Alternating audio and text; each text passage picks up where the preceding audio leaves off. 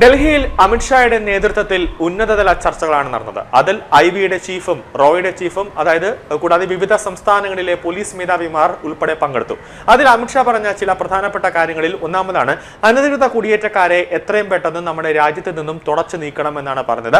അവരെ പിടികൂടി ജയിലിലേക്ക് ഇടണ്ട, അതിന് പകരം അവർ ഏത് രാജ്യത്താണോ അവരെ ആ രാജ്യത്തേക്ക് നമ്മൾ കടത്തിവിടുക, അതിനുള്ള നടപടികളിലേക്ക് ചേർന്നിട്ട് ബാക്കി ബോർഡർ സെക്യൂരിറ്റി ഫോഴ്സിനെ ഏൽപ്പിക്കുക എന്നുള്ളതാണ് അമിത്ഷാ പറഞ്ഞത്. അതിലൊരു ഉദാഹരണമായി അമിത്ഷാ പറഞ്ഞൊരു കാര്യം, ഈ പശ്ചിമ ബംഗാളിൽ തെരഞ്ഞെടുപ്പ് കഴിഞ്ഞ സമയത്ത് BJP വിജയിക്കുമെന്ന് ഏതാണ്ട് ഉറപ്പായതോടുകൂടി ലക്ഷക്കണക്കിന് ബംഗ്ലാദേശ് കുടിയേറ്റക്കാരാണ് പശ്ചിമ ബംഗാളിൽ നിന്നും ബംഗ്ലാദേശിലേക്ക് പോകുന്ന ഒരു സാഹചര്യം ഉണ്ടായത്. അങ്ങനെ അവർ കുറച്ചു പേർ ബംഗ്ലാദേശിലേക്ക് തിരികെ പോയിട്ടുണ്ട്. പക്ഷെ കുറച്ചു പേർ തിരികെ പശ്ചിമ ബംഗാളിൽ നിന്ന് ട്രെയിൻ മാർഗം മറ്റ് വിവിധ സംസ്ഥാനങ്ങളിൽ ക്യാമ്പ് ചെയ്യുന്ന ഒരു സാഹചര്യം ഉണ്ടായി. ഈ ഇടയ്ക്കാണ് തമിഴ്നാട്ടിൽ നിന്നടക്കം ഈ ബംഗ്ലാദേശികളെ പിടികൂടുന്ന ഒരു സാഹചര്യം ഉണ്ടായി. അവിടെ തമിഴ്നാട് പോലീസിന്റെ പ്രത്യേക സേനാഭാഗങ്ങൾ അവരെയും കൊണ്ട് നേരെ പശ്ചിമ ബംഗാളിലേക്ക് എത്തി അവിടുത്തെ ബോർഡർ സെക്യൂരിറ്റി ഫോഴ്സിന് കൈമാറുന്ന ഒരു കാഴ്ച ഉണ്ടായി. അങ്ങനെ വിവിധ സംസ്ഥാനങ്ങളിൽ ഈ ചില സർക്കാരിന്റെ ഒത്താശയോടുകൂടി ചില രാഷ്ട്രീയ നേതാക്കളുടെ ഒത്താശയോടുകൂടി അനധികൃത കുടിയേറ്റക്കാർ ഉണ്ട് എന്നുള്ളതാണ് അമിത്ഷാ പറഞ്ഞത്. അവരെ എത്രയും പെട്ടെന്ന് നമ്മുടെ രാജ്യത്ത് നിന്നും നമ്മുടെ ഭാരതത്തിൽ നിന്നും തുടച്ചു നീക്കാനുള്ള നടപടികൾ ഓരോ സംസ്ഥാനത്തിലെയും പോലീസ് മേധാവികൾ അല്ലെങ്കിൽ ഓരോ സംസ്ഥാനത്തിലെയും പോലീസ് വകുപ്പ് എടുക്കണമെന്നാണ് ഒരു നിർദ്ദേശം പറഞ്ഞത്. കൂടാതെ കേന്ദ്ര സർക്കാരിന്റെ വിവിധ ഏജൻസികളുമായിട്ടും സംസ്ഥാന പോലീസ് ഭാഗം ഒരു ഏകോപനം ഉണ്ടാകണം, അതായത് ഒരു ഇന്റലിജൻസ് സംവിധാനം ഉണ്ടാകണം, 24 മണിക്കൂറും ഒരു ആശയവിനിമയം ഉണ്ടാകണമെന്നാണ് അമിത്ഷാ പറയുന്നത്. കൂടാതെ ഇതിൽ ഏറ്റവും പ്രധാനപ്പെട്ട ഒരു കാര്യമായി പറയുന്നത്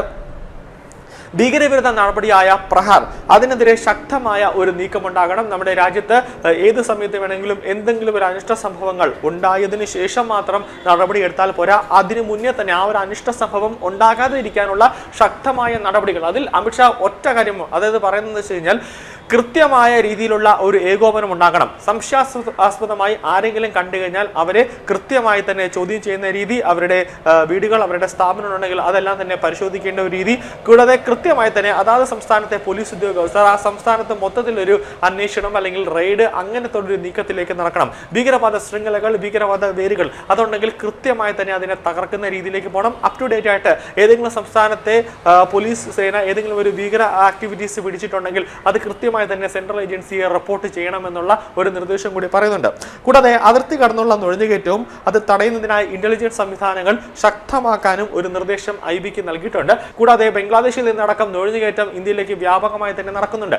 അങ്ങനെ വരുമ്പോൾ ബോർഡർ സെക്യൂരിറ്റി ഫോഴ്സ് ആദ്യം അവരെ പറഞ്ഞ് വിലക്കണം, ഇങ്ങോട്ടേക്ക് കടക്കാൻ പാടില്ല എന്ന്. പക്ഷെ അതിനുശേഷവും നമ്മുടെ ഇന്ത്യയിലേക്ക് വരികയാണെങ്കിൽ അവരെ ഒന്ന് പേടിപ്പെടുത്തുന്ന രീതിയിലേക്ക് നമ്മൾ കൊണ്ടുപോകണം. അല്ലെങ്കിൽ അതിനുശേഷം അവരെ പെട്ടെന്ന് തന്നെ അവരുടെ രാജ്യത്തുള്ള സുരക്ഷാ സേനയ്ക്ക് അവരെ കൈമാറണം എന്നുള്ള ഒരു സന്ദേശം കൂടിയാണ് അമിത്ഷാ ഇപ്പോൾ നൽകുന്നത്. കൂടാതെ നമ്മുടെ രാജ്യത്ത് പലതരത്തിലുമുള്ള ക്രിമിനൽ പശ്ചാത്തലങ്ങൾ നടക്കുന്നുണ്ട്, ക്രിമിനൽ നെറ്റ്വർക്കിംഗ് ഉണ്ട്, അതായത് ഡ്രഗ്സ്, അതോടൊപ്പം തന്നെ ഭീകരവാദത്തെ സഹായിക്കുന്നവർ ഒരുപാട് ടീമുണ്ട്. അപ്പോൾ അവരെയൊക്കെ തന്നെ കൃത്യമായി നിയമത്തിന് മുന്നിലേക്ക് കൊണ്ടുവരണം. കൂടാതെ ഇപ്പോൾ നമ്മുടെ രീതിയിലേക്ക് നമ്മുടെ രാജ്യത്തിന്റെ സാമ്പത്തിക ഭദ്രത തന്നെ തകർക്കുന്ന രീതിയിലേക്ക് വലിയ രീതിയിൽ ഈ ഡ്രഗ്സുകൾ അതോടൊപ്പം തന്നെ മയക്കുമരുന്ന് അതിൻ്റെയൊക്കെ വലിയ വ്യാപകമായ ഒരു കച്ചവടം ഇവിടെ നടക്കുന്നുണ്ട്. അതിനെയൊക്കെ തകർക്കുന്ന രീതിയിലേക്ക് നർക്കോട്ടിക്സ് കൺട്രോൾ ബ്യൂറോമായിട്ടും ഉള്ള ഒരു ഏകോപനം വേണം. അതാത് സംസ്ഥാനത്തെ പോലീസുകാർ ലഹരി മരുന്നുകൾ വേട്ട നടത്തി കഴിഞ്ഞാൽ അത് നേരെ കേന്ദ്ര ഏജൻസികളെ അറിയിക്കുന്ന രീതി, അതായത്